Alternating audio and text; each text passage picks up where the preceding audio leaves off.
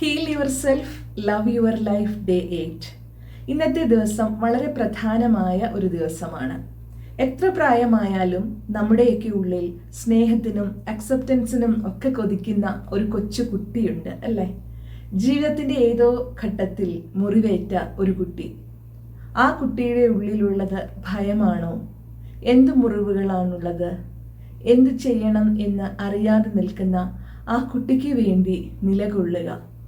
എന്തു വന്നാലും ഞാൻ കൂടെ ഉണ്ടാകും എന്ന ഒരു ഉറപ്പ് ആ കുട്ടിക്ക് കൊടുക്കുക. നീ തനിച്ചല്ല എന്നും ഞാൻ നിന്നെ സ്നേഹിക്കുന്നുണ്ട് എന്നും ഉറപ്പ് നൽകുക. ഇന്നത്തെ ദിവസം നമ്മൾ ഏറ്റവും കൂടുതൽ ശ്രദ്ധ ചെലുത്തുന്നത് ഇന്നർ ചൈൽഡ് ഹീലിങ്ങിനായിട്ടാണ്. നമ്മുടെ ഉള്ളിൽ മുറിവേറ്റ ഈ കുട്ടിയെ ഹീൽ ചെയ്യുന്നതിനായിട്ട്. And love your inner child. എത്ര എഡ്യൂക്കേറ്റഡ് ആണെങ്കിലും, എത്ര ഉയർന്ന പൊസിഷനിലുള്ള സ്ത്രീ ആണെങ്കിലും, ആ സ്ത്രീയുടെ ഉള്ളിലും കെയറിങ് ആഗ്രഹിക്കുന്ന ഒരു കൊച്ചു പെൺകുട്ടി ഉണ്ടാകും. അതുപോലെ തന്നെ എത്ര കോൺഫിഡൻ്റ് ആയ ഒരു പുരുഷനാണെങ്കിലും സപ്പോർട്ട് ആഗ്രഹിക്കുന്ന, അഫെക്ഷൻ ആഗ്രഹിക്കുന്ന ഒരു കൊച്ചു ആൺകുട്ടി ആ വ്യക്തിയിലും ഉണ്ടാകും. കുട്ടിക്കാലത്ത് നമുക്ക് എന്തെങ്കിലുമൊക്കെ പ്രോബ്ലങ്ങൾ നേരിട്ടിട്ടുണ്ടെങ്കിൽ തനിക്ക് എന്തോ കുഴപ്പമുണ്ട് എന്ന് വിശ്വസിക്കാൻ തുടങ്ങും. ആ വിശ്വാസത്തിൻ്റെ ഫലമായിട്ട് എല്ലാം ശരിയായി ചെയ്താൽ മാത്രമേ മറ്റുള്ളവർ എന്നെ സ്നേഹിക്കുകയുള്ളൂ എന്നൊരു തോന്നലാണ് കുട്ടിക്കാലത്ത് നമ്മളിൽ ഡെവലപ്പ് ചെയ്യുന്നത്. മറ്റുള്ളവരുടെ അക്സെപ്റ്റൻസിന് വേണ്ടിയിട്ടാണ് ഞാൻ ഓരോന്ന് ചെയ്യേണ്ടത് എന്നുള്ള തോന്നൽ. ഇങ്ങനെ നമ്മുടെ ഉള്ളിൽ ഉണ്ടാകുന്ന ഒരു പാരന്റ് ഫിഗറും ഇന്നർ ചൈൽഡ് ഫിഗറും. ഈ പാരന്റ് ഫിഗർ എപ്പോഴും ഈ കുട്ടീനെ വഴക്ക് പറഞ്ഞുകൊണ്ടേയിരിക്കും. അങ്ങനെയാണ് ഈ സെൽഫ് ക്രിറ്റിസിസം ഉണ്ടാകുന്നത്, സെൽഫ് ജഡ്ജ്മെന്റ് ഉണ്ടാകുന്നത്. ഇതൊക്കെ കേട്ട് തന്നെ കൊണ്ടൊന്നിനും കൊള്ളില്ല എന്ന തോന്നൽ നമ്മുടെ ഉള്ളിലുള്ള ആ കൊച്ചുകുട്ടിക്ക് ഉണ്ടാവും.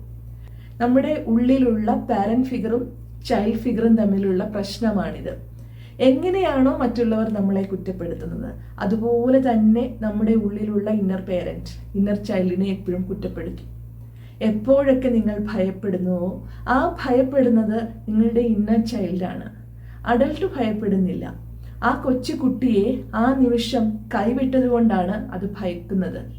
ഇവിടെ നമ്മൾ ചെയ്യേണ്ടത് നമ്മുടെ ഇന്നർ അഡൽട്ടിനെയും ഇന്നർ ചൈൽഡിനെയും തമ്മിൽ കണക്ട് ചെയ്യിപ്പിക്കുക എന്നുള്ളതാണ്. ഇതൊരു സൈക്കോളജിക്കൽ മെത്തേഡാണ്.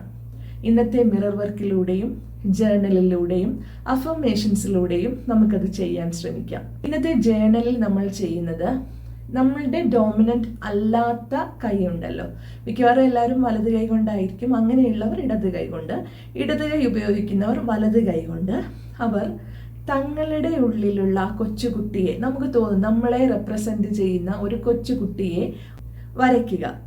ഇങ്ങനെ വരച്ച് ഈ കുട്ടിയെ നമ്മുടെ മുൻപിൽ വെച്ചിട്ട് അതിനോട് ചില കാര്യങ്ങൾ ചോദിക്കണം. നിനക്ക് എന്താണ് ഇഷ്ടമുള്ളത്? നിനക്കിഷ്ടമല്ലാത്തത് എന്താണ്? നീ എന്തിനെയാണ് ഭയക്കുന്നത്? എന്ത് വിശ്വാസങ്ങളാണ് നിനക്ക് തടസ്സമായി നിൽക്കുന്നത്? നിനക്ക് വേണ്ടി ഞാൻ എന്താണ് ചെയ്യേണ്ടത്?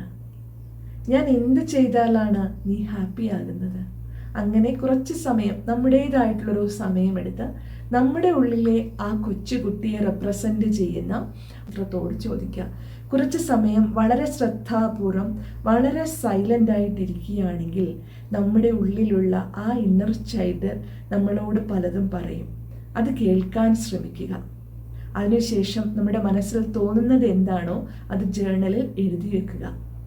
ഇന്ന് നമ്മൾ മിറർ വർക്കിന് ഉപയോഗിക്കുന്ന അഫർമേഷൻ ഇതാണ്: I am healing and growing with my inner child. കണ്ണാടിയുടെ മുൻപിൽ കണ്ണിൽ നോക്കിക്കൊണ്ട് നമ്മൾ നമ്മളോട് തന്നെ ചിരിച്ച് സംസാരിക്കണം. അത്രയും സ്നേഹത്തോടെ സംസാരിക്കണം.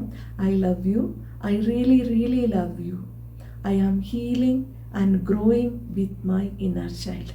നമ്മുടെ ഉള്ളിലുള്ള ആ കുട്ടിയോട് വളരെ സ്നേഹത്തോടെ അഫേം ചെയ്യുക.